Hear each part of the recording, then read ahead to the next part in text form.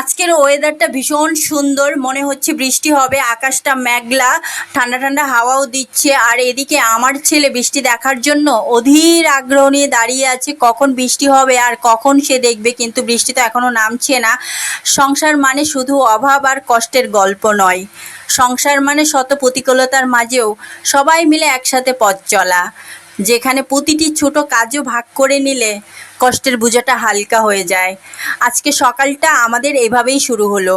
দুপুরে রান্নার জন্য আমি যখন বুটি হাতে নিয়ে বসলাম, তখন আনামও আমার পাশে এসে হাত বাড়ালো। আমি কিন্তু আনামকে একদমই বলিনি তুমি আমার কাজে হাত বাড়াও বা তুমি আমার এই কাজটা করে দাও। আমি কখনোই বলি না, কখনোই তাকে ফোর্স করি না। কিন্তু সে কিন্তু আমার প্রতিটা কাজে যদি দেখে আমি কোনো কাজ করছি, আমার পাশে এসে বসবে আর আমার সেই কাজে হাত বসাবে। সত্যি এইসব দেখে আমার ভীষণ ভালো লাগে।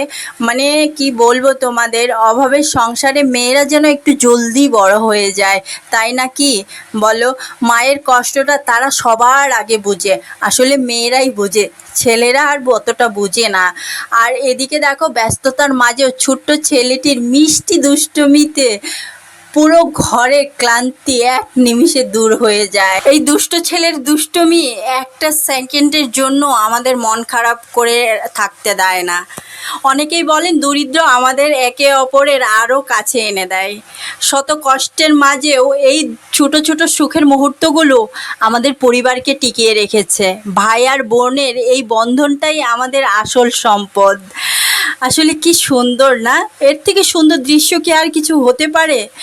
বোন ভাইকে খাইয়ে দিচ্ছে, কত সুন্দর মিষ্টি মুহূর্ত।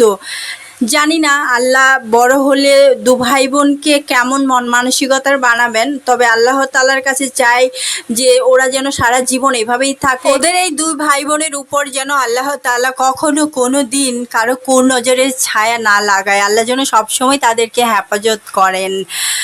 আমাদের এই সাধারণ গোছানো সংসারের গল্পটি যদি আপনাদের ভালো লেগে থাকে, তাহলে অবশ্যই লাইক দিয়ে আমাদের উৎসাহিত করবেন। আর আমাদের এই যাবতীয় জীবনের গল্প পেতে অবশ্যই আমাদের চ্যানেলটি সাবস্ক্রাইব করে বেল আইকনটি চেপে রাখুন।